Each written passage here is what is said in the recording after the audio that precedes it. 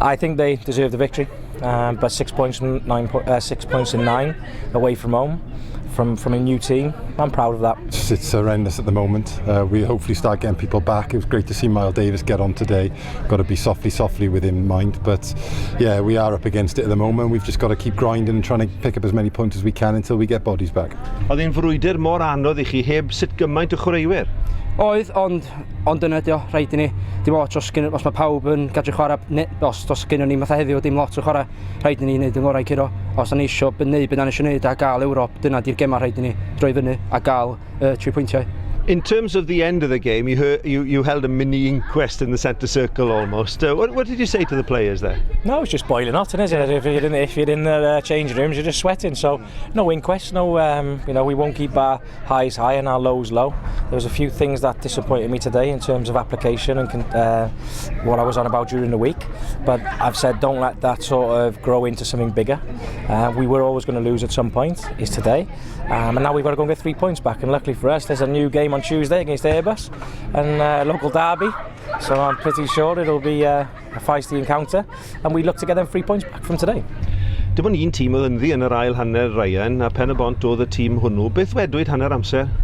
Bod o'n just gorau cael mae'n mynd. Just fod yn ameddengar a neith chances ddod. A wel, nath chi weld, dim yn gofod faint, 30 eiliad rhwng i'r ail hanner, nath ni sgorio. So, a wedyn, roedden ni'n gwybod ar ôl un i fewn, so ni wedi gadw car ymlaen a dyna fe nathon ni. I gael curo'r gêm, a nathon ni gael gêm allan o dda iawn hefyd. Reece, look, I thought his goal was superb. He got across the player. That's good forward play. Got across the defender, got a toe on it. In it went. Great ball in. I think it was from Nathan Wood. Might have been Ryan Reynolds.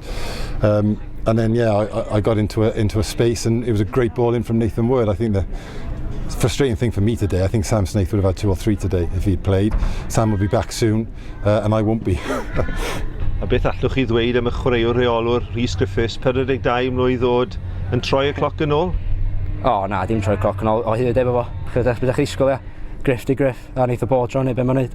And in terms of the 3 games that have been played in the Welsh Premier League, what do you make of the standard of play? To be honest with you, the actual standard of play compared to England, it's not that high.